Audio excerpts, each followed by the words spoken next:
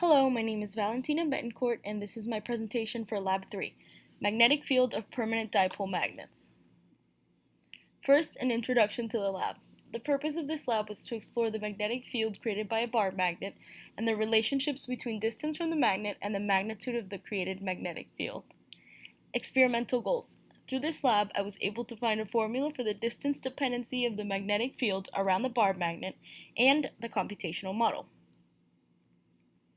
Pre-lab calibrations. First, we had to align the phone with magnetic north pole. This was wherever the x-component reading on the magnetometer app was equal to 0. Then, we had to find the magnetometer on my cell phone. Procedures for doing this. First, we had to find the highest x-component of the magnetic field vertically, and then rotating the phone to the location where the y-component was highest horizontally. The intersection of these two lines is a location, as can be seen on the small diagram above. Procedures for this lab. We know that the magnitude of the magnetic field due to a bar magnet falls off with distance. So first, we had to measure B bar at different distances and then use this to determine the n coefficient of distance dependence formula and mu. Basically, we found a distance from the magnet to the sensor that produced a magnetic field with an x-component of magnitude equal to 20 teslas. This was called R20. We recorded this distance on our spreadsheet that was given, and then we repeated that procedure two more times, which gave us 3 measurements. Afterwards, we did the same to find a distance from the magnet to the sensor that produced a value of 70 teslas. This was R70, and then we repeated this 3 more times to find R120, R170, and R220. Here in the spreadsheet, we can see the observed distances that gave me the values for the respective R20, 70, 120, 170, and 220, as well as their averages and the average B. And here is the actual graph of the natural log of B versus the natural log of R. Because the natural log of B and the natural log of R vary, but n is a constant along with k, this plot should give a straight line with the slope n and the intercept being ln of k. Observations that I made throughout this lab: at the varying distances between the actual magnet and the magnetometer, we can see how the x-component of the magnetic field changes, and as I previously mentioned, at closer distances, the x-component increases. Magnetic field distance dependence. So the magnitude of the magnetic field due to the bar magnet is proportional to some constant times some power of the distance. So this dependence is written as B bar is equal to K times R to the N. And we expect the magnitude of the magnetic field to decrease with distance, so N should be a negative number.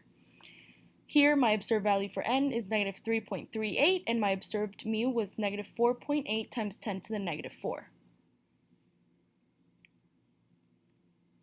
Here is just a little bit more detail of my problem solving for mu. My value for the natural log of K was negative 6.92, which was computed on the Excel sheet and is the slope of the graph. And my value for K was 9.76 times 10 to the negative 4th. Plugging these values into the formula and solving for mu, I got negative 4.88 times 10 to the negative 4th.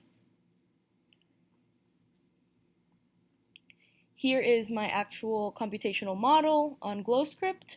Basically, in the coding portion for the lab, we just wrote a simple program that calculated the magnetic field of a dipole. Here is my actual output for the code. First, my B perp value matches my mu value so that basically my computational model and my measurements match up. My distance was 0.193 meters, and the code also outputs the B at a 45-degree distance D. Lastly, some concluding questions. The first question is, what if you hadn't oriented your experiment to compensate for magnetic north and had instead simply laid out the meter stick at some intermediate angle with respect to Earth's magnetic field, and how would the results have changed? In simple terms, this would have yielded incorrect results, and that's because the magnetometer would consider influences from the Earth's magnetic field as well, and therefore we would have gotten different results for everything, both R20, 70, and so on. And lastly, what if we were to stick 2 identical magnets together end to end and run the experiment again? How would you expect your measurements to differ? Well, two magnets together will be slightly less than twice as strong as one magnet. This is because when the two magnets are stuck entirely together, south pole of one magnet connected to the north pole of the next, we can add the magnetic fields together, but one magnet must be a certain distance further since it's stuck to the other magnet, and they would not be twice as strong but slightly less. So essentially my measurements would be just short of double what they currently are. That concludes my lab. Thank you.